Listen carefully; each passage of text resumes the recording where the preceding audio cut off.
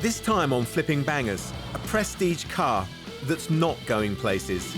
We need to go and lift the bonnet up somewhere. Yeah. Let it have a little cool down. Once we step in. Took us hours to get here, hours to buy it, moments to almost wreck it. And we're getting overheated. But the elephant in the room, there she is. How can we make a profit from this mountain of trouble? It's full of tomato soup. I'm Gus Gregory and he's Will Trickett. Together we're risking everything to follow a dream. It's something I've wanted to do for a long, long time. We've packed in our day jobs. And invested our own hard-earned cash. We will do whatever it takes. As we try to make a living in the cutthroat world of second-hand cars. It's all in the chase. You've got to buy well, you've got to sell well. Why would anybody buy this car? We've got a goal. We want to double our money. If we put 500 quid in, we need to see £1,000 back. We're targeting the very bottom of the market. We buy cars that no one else wants. Can we make it flipping bangers? Or is this a gamble we cannot win? It needs so much work doing to it.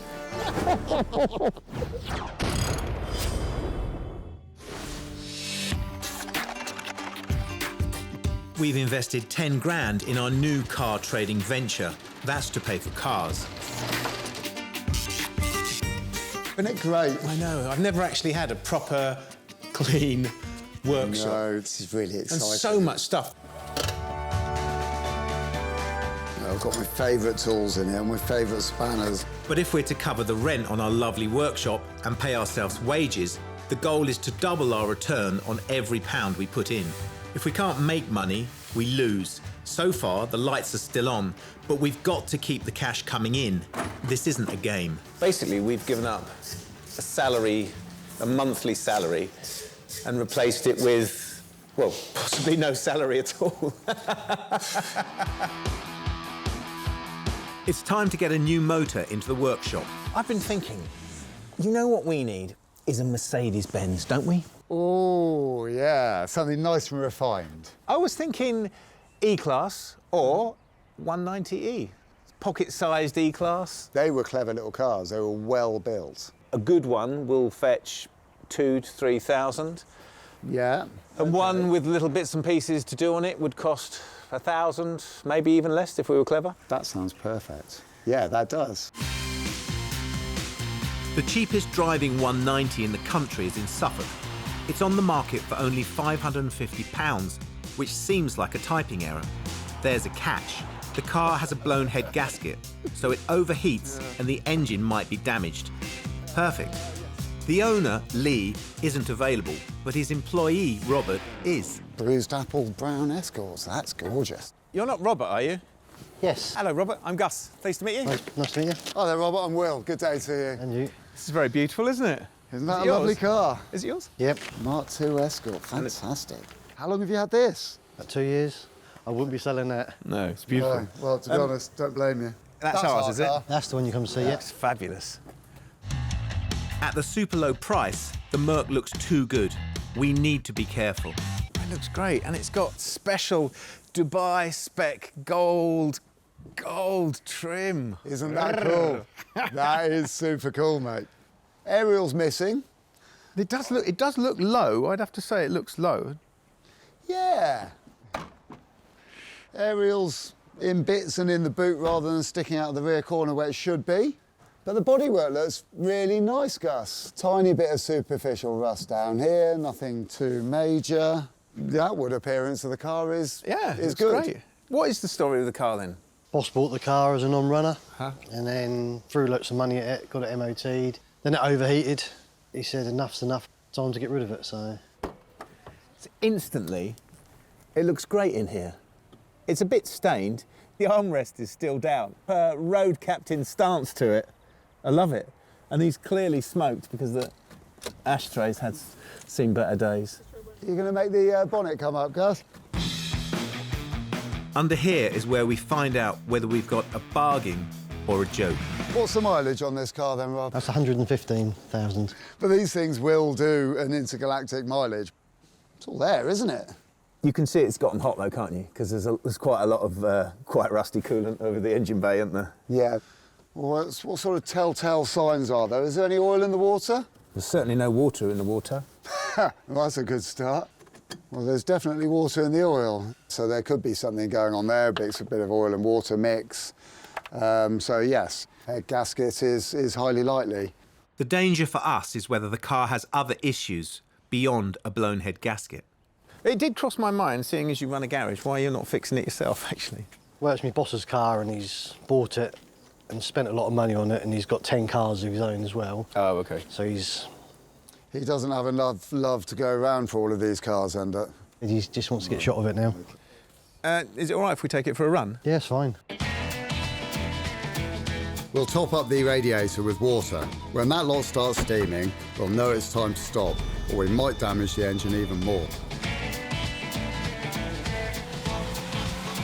Uber Autobahn mode, isn't it? This is barnstorming mode. It's been lowered within an inch of its life. Yeah, it's definitely not an off-roader. It is a road car. The temperature is creeping up. I reckon we've got a short time to put the Merc through its paces before we start seeing steam. And in a couple of minutes, we start loving the luxury touches. The dash is beautiful, and it's got, and this is way ahead of the game, it's got separate controls for climate, your side and my side. Yeah, that's very, very posh. That's his and hers. It's got a sauna mode as well, so the engine overheats and you have to have the heating on full blast to compensate. It does seem to be emanating sort of steam into the cabin now. Put that on. We're creeping, we're still on a sort of safe level on the gauge.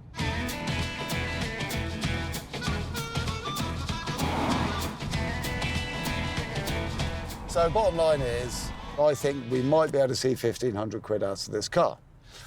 Yeah, if we could just get it running and clean If it we up. can fix it. Yeah. So if we can get the car for what you reckon? Well, I reckon 400 400 quid. quid? Wouldn't we? Well, I think we'd try it. Let's try it. Let's try and get it for 4. Can I just point out, it is very hot in here now. Yeah, we need to stop this car. We need to go and lift the bonnet up somewhere. Yeah. Let it have a little cool down. Yeah. Oh, It's very low, isn't it? that is, yeah. We've been getting some looks whilst out in this car. Steam emanating from underneath the bonnet is my first sort of bargaining tip, I think, apart from the colour and the fact it's a bit too low. Have you had a lot of people come and look at this car? A couple. Have you? Have any of them bought it? Well, Why didn't they didn't buy it. No, they didn't. I know that you wanted 550 for it, but we were thinking that maybe this car would possibly be worth more like £400 because it's got a fundamental problem still, hasn't it? 550s. How about 410? 550. Robert is driving a hard bargain, and it's not even his car. I'm quite happy to pay 550 for it. Hold on, don't get too carried away. Surely we might be able to squeeze you a little bit on the price. 550 is what I want. You're a man of steel when it comes to doing a deal, aren't you? Robert won't budge, but the 190 is still worth a punt. There's only one thing for it. I think Is this a deal? Yeah. Yeah? We'll have it. Thank you very much. This is now our car. Lowrider. Cheers, mate. Well, hey! The 190 is road legal, but we're not driving it the 200 miles or so home. The first issue is that it's too low to go on the trailer. I reckon, Gus, we might give that a go. Rule 1, never listen to Will. That one is down to Trickett. Is there any bits left? Is there any bits left on the trailer? There don't seem to be any pools of oil growing. It just made that horrible, horrible crunching noise. It's only a scuff, but this car really doesn't need any more issues. Took us hours to get here, hours to buy it, moments to almost wreck it. That's great, isn't it? But soon our overheating beauty is safely secured and we're ready for the hike back home. It's the perfect time to express fears and doubts.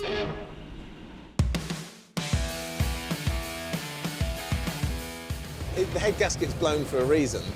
Hopefully we'll just find that the head gasket blown is very, very simple. But if it is just a blown head gasket, then happy days. And it'll be really rewarding to get that running properly again, won't it? It will. Yeah. To fix that engine would be great. Yeah, and if we fix that engine, the car's worth a substantial amount more money than we bought it for. Exactly. Fancy a cup of tea then? Definitely do. Let's Services? go in. Yeah, definitely. Here we go.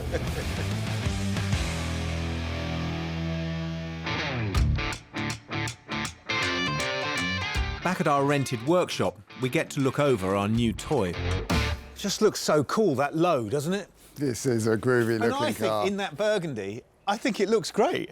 Yeah, it was definitely something which must have been very, very popular at the time.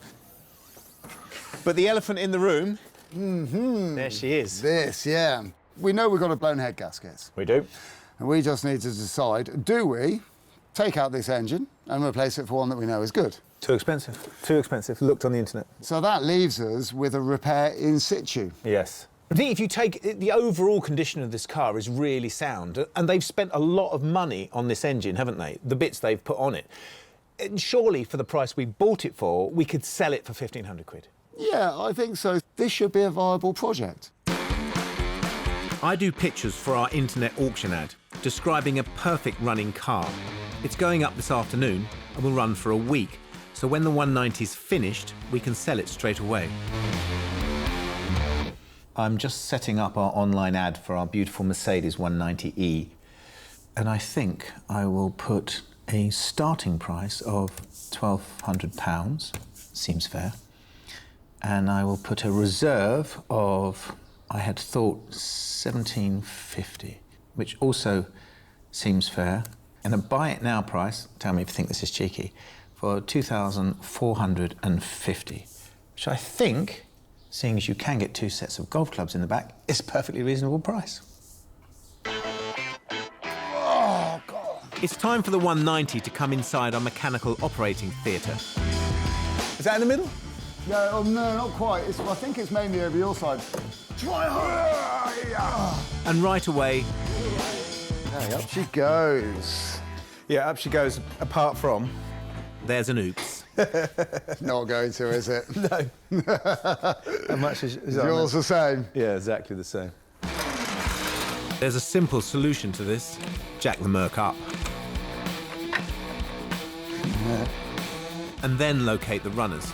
I don't think the lift manufacturers expected a car as low as the Mercedes, but frankly, who would? We need to have a look under the car. We know the engine is troublesome, but if it's rusty as well, it'll cast the project in a completely different, possibly quite dangerous light. Oh, somebody's done the whole underside of the car. Oh, yeah. It's been wax oiled. It's got some proper scuffs on it. Yeah, I think this was our scuff. Here, Gus, this one. Yeah, I think that was our scuff. Yeah, that one's our scuff. Oh, both sides of it. But good news here, standard shockers and custom springs. Yeah. But that's great that it's got all new brake pipes and that, isn't it? I mean, somebody's given it a bit of love, haven't they? New brake pipes at the front. What, flexibles? Both sides, yeah. Same on the back as well, Gus. Do you know what, Gus? For once, it doesn't look like we've been sold a pup. We can't say for sure until we've sorted out the engine, so let's get to that.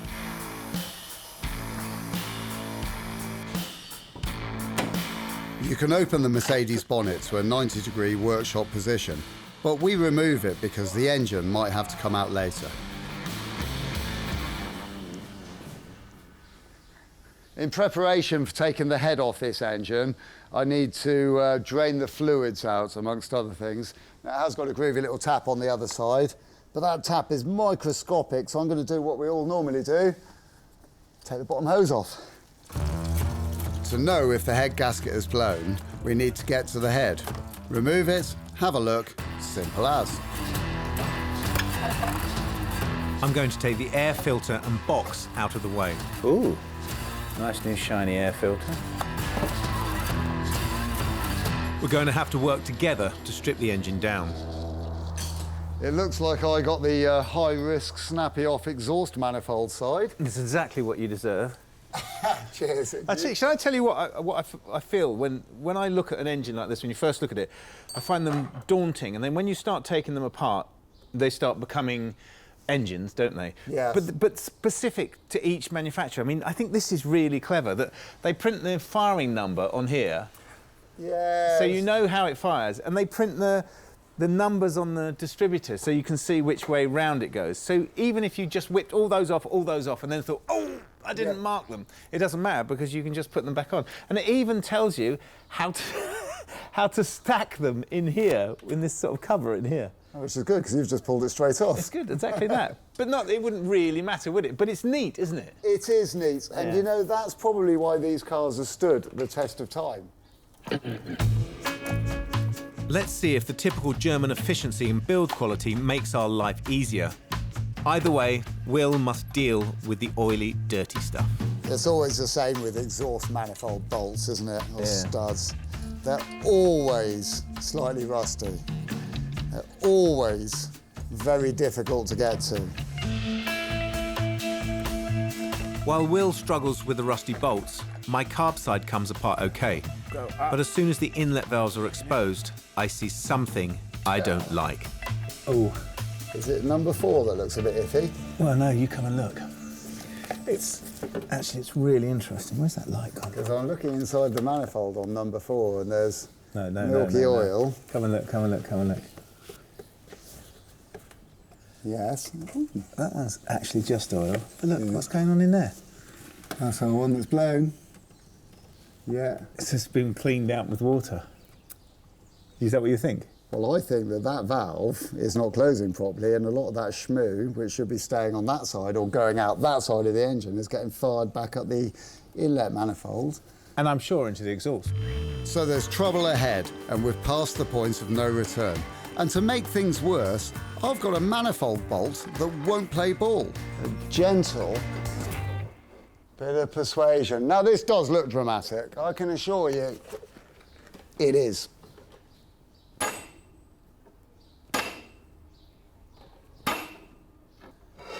And now let's try that with the spanner. Really, I just want to be able to hit this with a hammer and get it undone easily, but it's not playing the game. It's been really, really, really difficult. You sure I can't give you a hand? Oh, it's actually come undone. Oh, Can you believe it? It's actually coming undone. Oh, right, that is it. That is the one that's been such a pain in the blooming neck. In 2 hours, we get to the top of the engine, the cover. Yes, that's got it. Right, OK, here we go. Are you ready? Ooh, oh, look at that. For the record, a head should be nice and clean, so this really isn't good. Gooey. There's a lot of water in there, isn't there? Yeah, that's been blown for a long time. There's a fair amount of rust in here as well. Look at the rust on here and on the bolts and on this tube. I think it was probably sitting around, wasn't it, before this latest round of trying to get it going properly. Yeah, it looks that way. That looks nasty. So we've encountered trouble. What can we do? Shall we call it a day then? Yes, I'm knackered. If the gasket has blown, the big no-no is damage on the head itself, which requires an extensive strip of the top of the engine. We've come so far today, that little job, and whatever it might reveal, can wait until tomorrow. We are tackling a Mercedes 190, which we bought knowing it had a fairly serious head gasket issue, which may in turn cause more engine trouble. But we did it because if we can fix this true banger, we stand a fighting chance of doubling our money, which is the golden target. So in order to take this head off, we've got to remove the cam chain. The cam chain is in a guide. The guide has 2 steel pins going through it, and these have been pressed into the head, and we need to extract those. They're not screwed in, so we can't just unscrew them. They've got to be pulled out, for which you need a special puller that we don't have. When you don't have something, you can always improvise. Just going to cut a bit of the end of this box section off to make my tool. The tool basically needs to be a strong mount through which I can drive a thread. So I cut up some box section and weld them together. So that's the bit I just chopped off. That's going to go on top of my horseshoe here, and I'm going to weld down either side, so I've got a reinforced section at the top. As making a tool goes, this is fairly hardcore, so safety first. Before the welder can be used, I make an electrical connection. Go.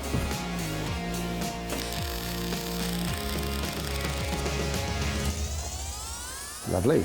At this stage, it's always tempting to cool it down in water, but if you do that, that actually hardens the surface of the material, which makes it difficult to drill and also makes it difficult to file off all the sharp edges.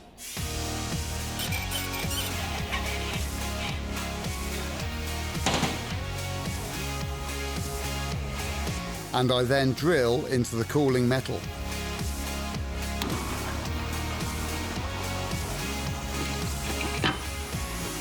Job's done. Put my bolt through the bridge into the pin that we want to extract and screw it in all the way. And using a 10mm spanner, we can now start turning that nut. That should draw the bolt out, thus drawing out the pin.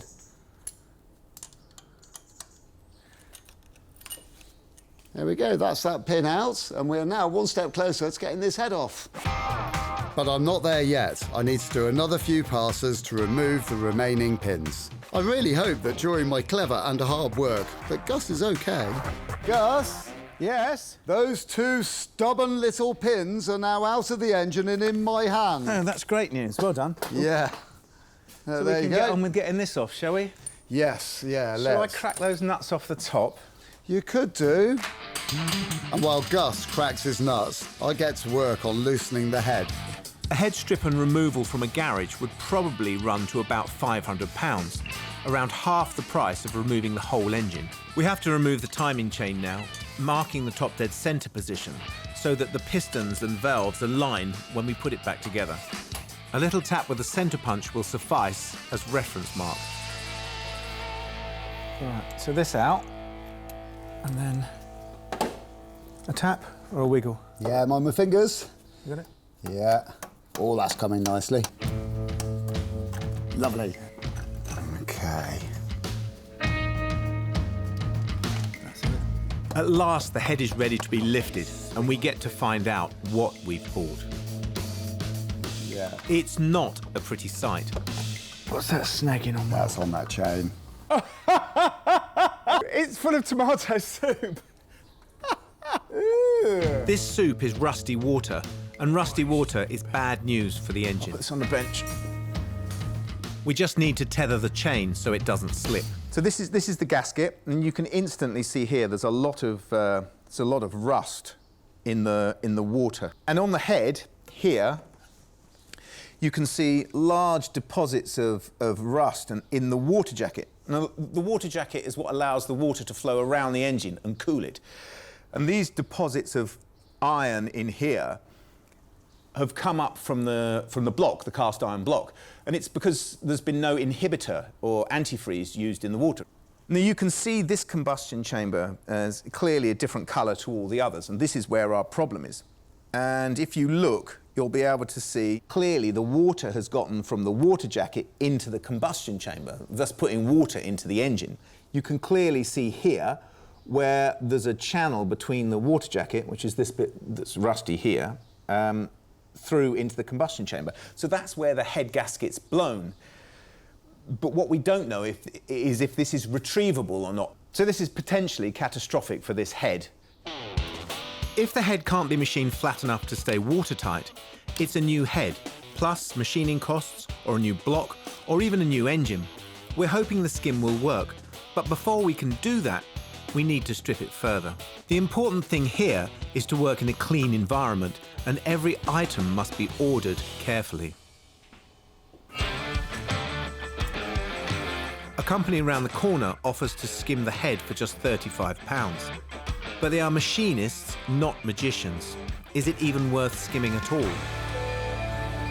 Oh, hello. Oh, I'm Gus. Hello, mate. That is our Mercedes head. And I think, well, I mean, I don't know much about it, but that looks Had a to bit me... of water in there, mate. Yeah, head Yeah. gasket gone, didn't you? Yeah. At what stage will we know whether this is scrap, whether you can actually get past that? As soon as that's pressure tested, we will know. Okay. Because there's no more money to be spent on it after that. Yeah. Zach, could you take that and pressure test it, please? Yeah. And let me know if it's okay or not, then we can proceed with other procedures. Okay.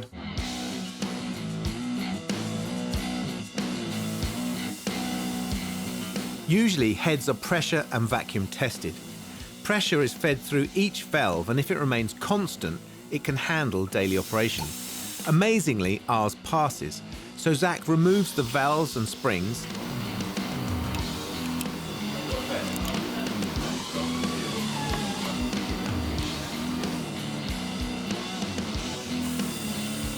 and then goes to the CNC machine to have a tiny amount of metal removed off the top surface. You can only skim ahead once or twice. After that, the metal's too thin. We gambled our engine could be fixed, and if there are no other issues, we might just have got away with it. Back at base, even though Will normally runs from the word cleaning, he is digging in and getting the rest of the Mercedes 190 engine into a more presentable condition. There's a shocking amount of dirt and fluid to pump out.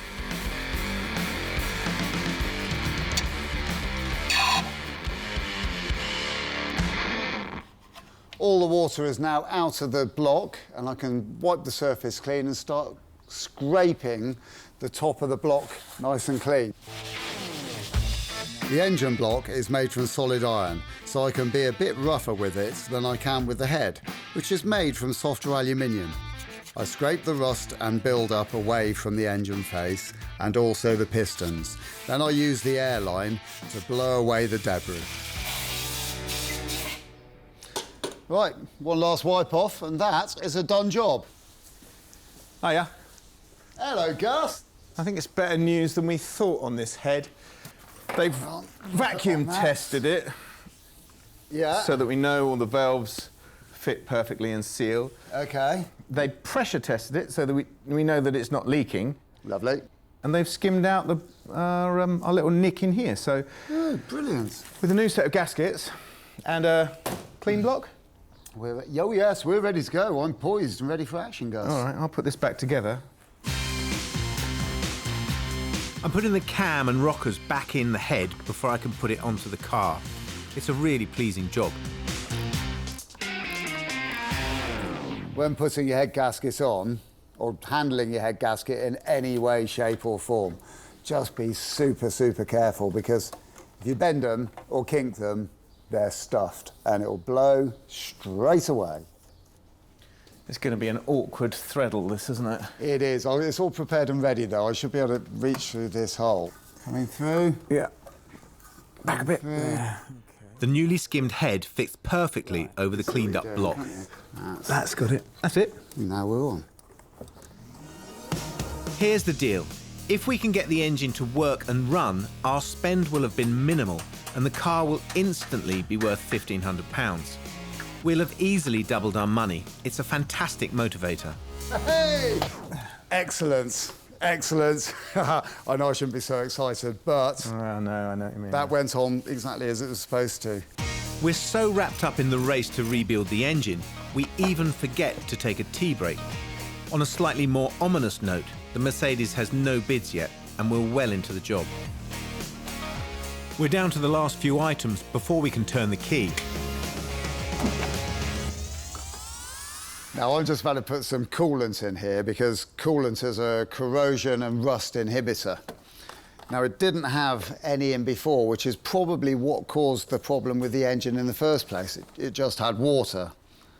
So we need the right amount of this stuff.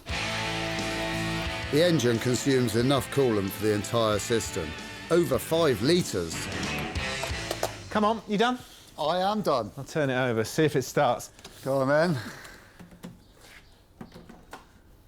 Oh, it's right on the other side. Hang on. Yeah, of course it would be. I think we've done everything. Ready? Yeah, go on. Oh, there's life in the battery. Well, that's a good sign.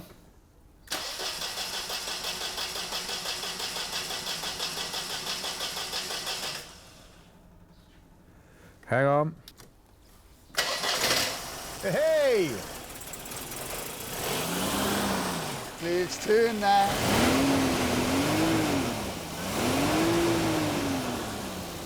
That's all right, isn't it? Sounds nice and quiet. Yeah, that's great. It works. It does work, yeah. We've taken the bits. All of those thousands of trillions of bits have come out and gone back in. And it doesn't appear to be squirting oil out or water out anywhere yet. We've stripped, skimmed, cleaned and reinstalled the head. One bonnet back on and we down tools. The day is over. It feels like we're winning. We've got a new business, trading in cars that nobody should touch with a barge pole. Our Mercedes 190E, which we've spent under 600 quid on so far, needs some new springs, so it's fallen on me to locate them. I've found a friendly breaker in Wokingham. Ah, hello there, you Russell? Yeah, that's me. How are you doing? Oh, hi there. Hiya. I'm Will. Good day to you. Are you going well? Yep. Russell stocks a broad range of old cars, many Mercedes, but our old 190 could be classed a vintage car. Russell hasn't got one himself, but has sourced the parts from within his network. I see. Oh, that's excellent. What have we got here then? We've got your springs here. Yeah. Let's have a look. God, there's a hell of a weight in those, isn't there? Yeah. These four in great nick are 50 quid the set, around a third of the retail price. Yeah, these bits are difficult to find, aren't they? They really are. Yeah, the older stuff now is coming incredibly hard to find. People are trying to keep these old things on the road. A lot of them are scrapped now. Yeah, I'm really, really pleased. Right, now where is the office? Just over here. Our auction has 2 days to run, and I've reduced the asking price by £350 to offset a distinct lack of interest. Walking past an open laptop is a bit like walking past an open packet of biscuits. When you've got a car up for auction, 23 watches, which is very good, but no bids. And there's something about being halfway through a car, you've invested all this money, all this time in it, and nobody's put a bid on it. So there's no tangible hope that it's going to be sold. I mean, having 23 people watching it is one thing, but having actually no bids, it doesn't fill you with a great deal of joy, I have to say.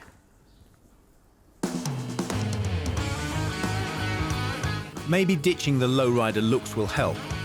Once the wheels are off, we can have a look at the old springs and work out how to install the new ones.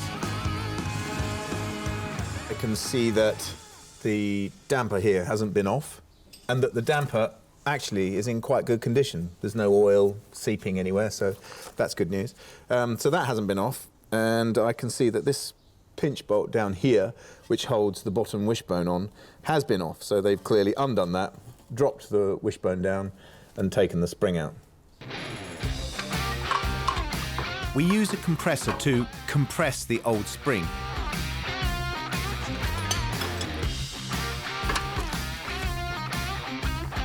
And once the lower wishbone is disconnected and prized out of the way,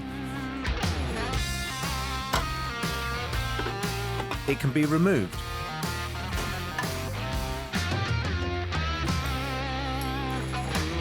So this is our spring off.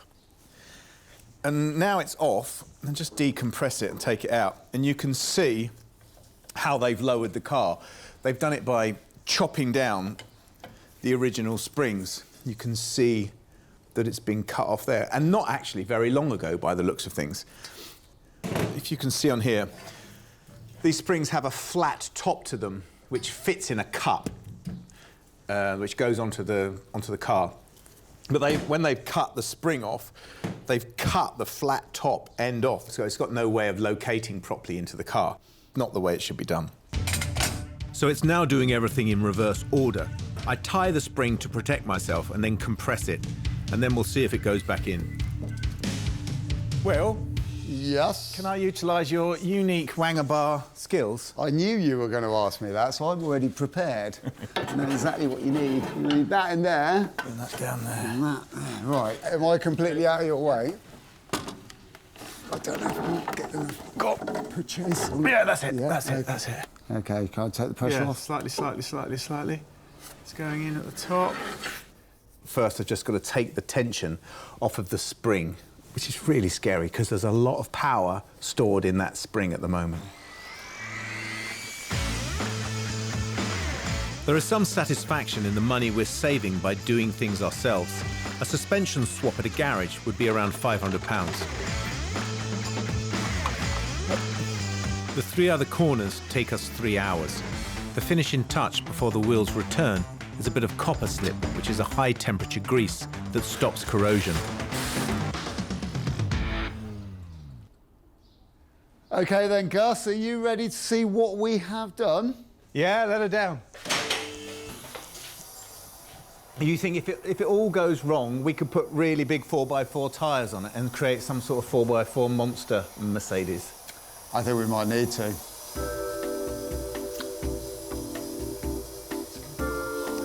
I think it's going to be very high. Yeah. We started with a gangster chic lowrider Mercedes, and now we have a car fit for a circus. Wonderful. Going. It's not going to go any further, is it? If I roll it backwards and forwards, that should settle a bit. I don't think it's going to settle at all, is it? No. Is that settling? Oh, yeah, no, that's much better. No, Is it? Yeah, yeah. We're going to need some bigger tyres, Gus. Yeah. Yeah, 1575s. Yeah, 1575 should be all right, I think. Our last day in the workshop for the Mercedes 190, and it's going to be a frantic one. That's because we have to finish everything, and there's still plenty to be done. Hey, Gus. Look, I've got you a cup of coffee, and I've got a surprise for you. I got in early. I can tell this is highly unusual. Okay, stay there. Don't move. Stay there. I'm going to open the shutters. Okay. Just stay there. Stay there and watch. And I'm nervous, Gus. No, keep your eyes closed. No peeking, no peeking, no peeking, no peeking. Okay, now you can look. Oh! Whoa, look at that. That looks brilliant, Gus. Yeah. Super duper. It looks so much better, doesn't it? It's filled up the arches perfectly. It's got a good spring to it. Oh, straight to the side of the class with that one, Gus. You've done very well. Thank you very much. I'm very impressed, and I'm very happy because the last ones looked like rubbish. Yeah. 4 period correct tyres for just 200 quid. However, with 2 massive mechanical jobs to tackle, we've almost forgotten there are other jobs on the interior too. I always think the first thing you notice when you're buying a car, you open the door, you look inside, and your eye goes straight to the bad bit. And there's a stain across here. Not sure what it is, not sure if I want to touch it actually, but it'll make the world of difference to the car. I'll do that, I'll hoover it out, clean it right up, and it'll look amazing in here. So while I treat the Merc to a much-needed lick of soap and a shampoo,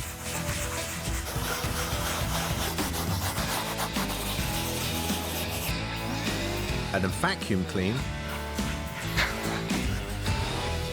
Will goes to get a new radio. If our car was a 5 grand minter, the smart thing to do would be install a period working cassette deck. But for us, a radio that looks kind of retro, that simply works, is best. Good afternoon. Hello. Hi there. I was wondering if you could help me. I need something much better than this and a lot newer with Bluetooth stuff. Yeah, I can definitely help with that vintage piece. Yeah. OK, now I've got something in mind. You want to have a look at it? Yeah. Yeah, give it a second.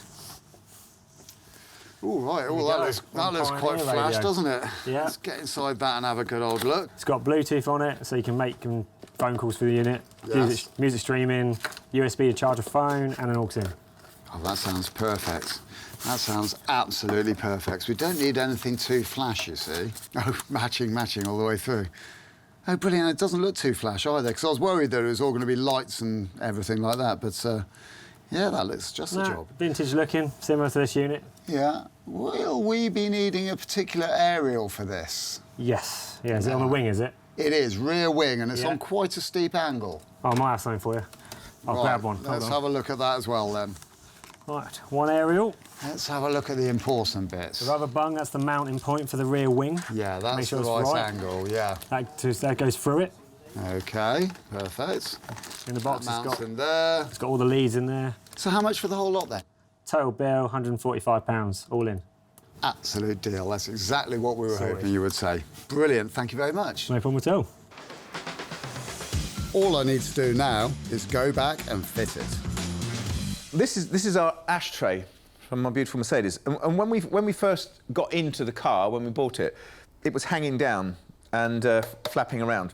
And I wanted to fix it. I was cleaning the carpets and I found that actually the original bits were still in the car. I've put the one in there, and this one just slots into this side here. Which is all good news, because amongst breakers, replacement ashtrays are rare and cost £50. It's almost the end of the day. I am short of time. I've got to fit my new stereo, this one. Very pleased with it, chuffed to bits. I've got all this junk in the way. Don't need it. It has got to go. I like a bit of this. The job here is to cut out the wires and start again. At the end of the day, there are connections for speakers, aerial, power, and everything else isn't needed. There we are. It works. Gus, how are you getting on with that aerial? I'm ready to go. Is it working? It's all done. This has been an absolute nightmare to get in, because I think the hole's too small. But it's in now. It's in now. It's at a rakish angle, which is what they were. Fast. And push that up inside to there. And then this cover goes on into this groove here. For full effect, I will lower the boot. Super fast aerial. Incredibly, after such a massive mechanical challenge, these little details are just as important when it comes to clinching a sale. With moments left of our allotted workshop time, we call the 190 finished. Well, the car was only £550. The headwork was great value at £35. The tyres were £200. And Will went for the most expensive radio he could find. And there were other spares and consumables. £995 all in. Oh, hi. Hello, Gus. Shall we? Oh, let's.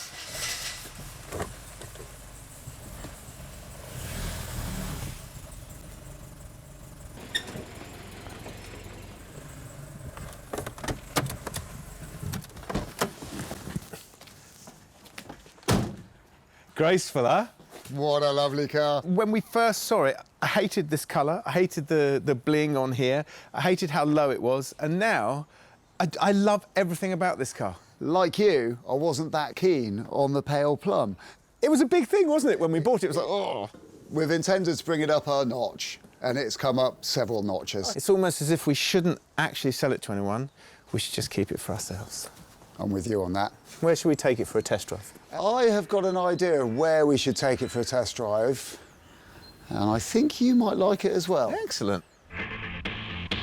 We get to see whether the temperature gauge behaves, which it does, and Will gets a chance to surprise. I'm intrigued to know where we're going then. Well, you know, I thought it was such a nice, exquisite car.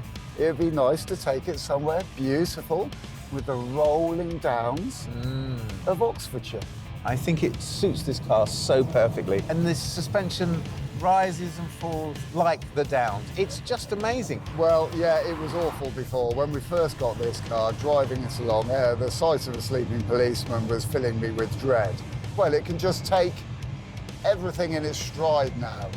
Makes me quite proud to be at the wheel of it.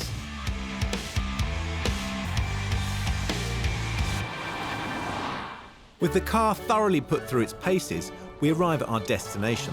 Will's friend has a beautiful, stately home, and such a beautiful, stately car deserves a moment in the grounds. Nice place. Yeah. Well, Gus, I believe my work is done. You make me a cup of tea in there. Of course I will, Gus. I take a snap for my personal collection so I can remember the 190 like this forever. Our first auction ran out without meeting its reserve. The buy it now price has slipped to £2,000, and suddenly we have an interested party. What are you thinking? Yeah, liking it a lot. Excellent. Yeah, good, honest car. Few little rust patches, but then that was mentioned in the advert.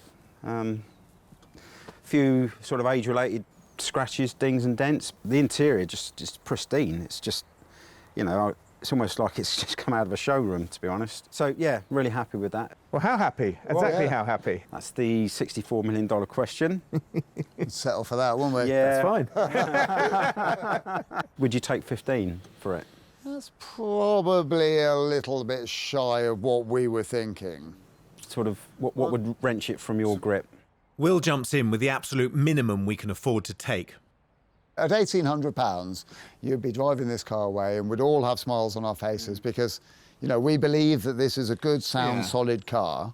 OK, yeah, no, I'm happy with 18. Yeah? Yeah. Wicked. Nice one, Yogi. Excellent. Yeah. Nice one, Yogi. Thank you very much. Excellent. Cool. Oh, that's Enjoy great. it. At £1,800, we're happy. We've cleared 800 quid, which at least keeps us in business. Yes, we missed the magical doubling of money, but only by a shade. And this car could have so easily have destroyed us. This one is a win.